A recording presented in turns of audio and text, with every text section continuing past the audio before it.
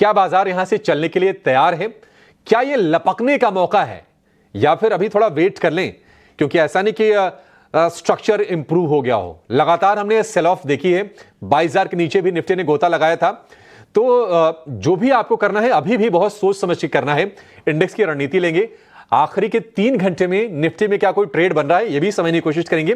लेकिन पहले लेकर आइए 3 तस्वीरें जिसके जरिए आपको हम बताएंगे कि आज बाजार में, ब्रॉडर मार्केट में कहां पर एक्शन हो रहा है और शेयरों में बड़ा वाला एक्शन कहां पर है। अदानी विल्मर के शेयर में आज 6% की तेजी है। कंपनी जीडी फूड्स नाम की कंपनी खरीद रही है और यह अधिग्रहण हुआ है 600 करोड़ रुपए के आसपास में, इसमें तेजी है।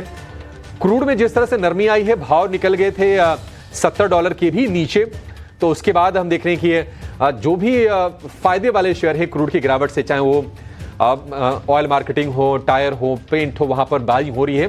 लेकिन एचपीसीएल में रफ्तार बहुत ही कमाल की है और ये जो शेयर है हम देख रहे हैं कि वायदा के सबसे ज्यादा चढ़ने वाले शेयरों में आपको दिखेगा।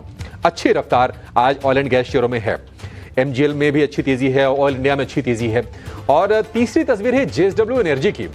शेयर में करीब 4% की बढ़त है और कंपटीशन कमीशन ऑफ इंडिया से केएसके महानदी पावर के अधिग्रहण के लिए मंजूरी मिली है और शेयर में हम 4% की तेजी देख रहे हैं।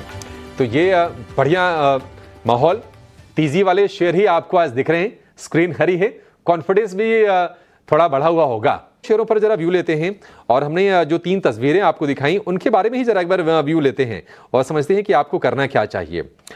ऑयल मार्केटिंग में बढ़िया बज है, इसकी उम्मीद भी थी लोगों को, क्योंकि क्रूड का भाव चला गया है। हम देख रहे हैं कि करीब करीब 6 महीने के निचले स्तर पर। माना जी, एचपीसीएल ही बढ़िया लग रहा है आपको या फिर कोई और ऑयल मार्केटिंग कंपनी चुन लें? चल थोड़ा ज्यादा गया, इस लेवल पर एंट्री करनी है?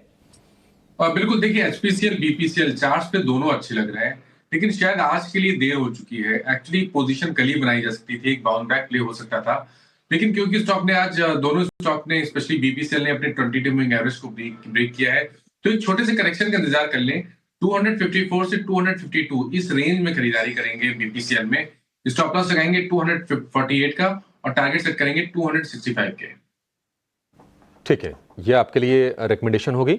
आज मिड कैप में अगर हम तेजी वाले शेयरों की बात करें, उसकी लिस्ट भी आपके लिए लेकर आ जाते हैं।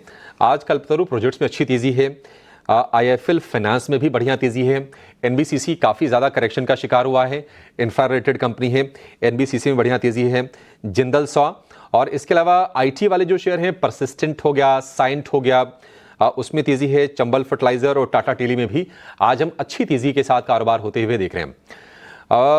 आईटी की अगर हम बात करें मानस जी, तो बड़े शेयरों की बात नहीं करेंगे, जरा मिड कैप में बताइए, क्योंकि आज तो सारे ही चल रहे हैं, चाहे बिरला सॉफ्ट हो, परसिस्टेंट हो, साइंट हो, कोफोर्ज को लेकर तो खबर पॉजिटिव थी, कोफोर्ज 9% ऊपर।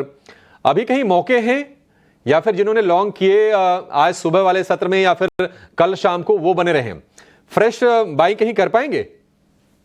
देखिए, नजर रखिए परसिस्टेंट पे, क्योंकि स्टॉक करेक्ट हुआ था। आज स्टॉक ने वापस अपने 200 मूविंग एवरेज को रीगेन किया है। यहाँ पर 10 मूविंग एवरेज पे एक रेजिस्टेंस है जो कि 5490 के आसपास है। एक बार 5490 के ऊपर निकले तो परसिस्टेंट में 5350 के स्टॉप लॉस से खरीदारी की जा सकती है और उस केस में आप 5800 तक के टारगेट सेट कर सकते हैं। ठीक है, परसिस्टेंट को लेकर ये व्यू। ऑयल और गैस, चूंकि ओएमसीज में तो हमने राय ले लिया, लेकिन गैस वाले काउंटर में भी बढ़िया तेजी है। एमजीएल हम देख रहे हैं कि करीब 6% की तेजी के साथ कारोबार कर रहा है।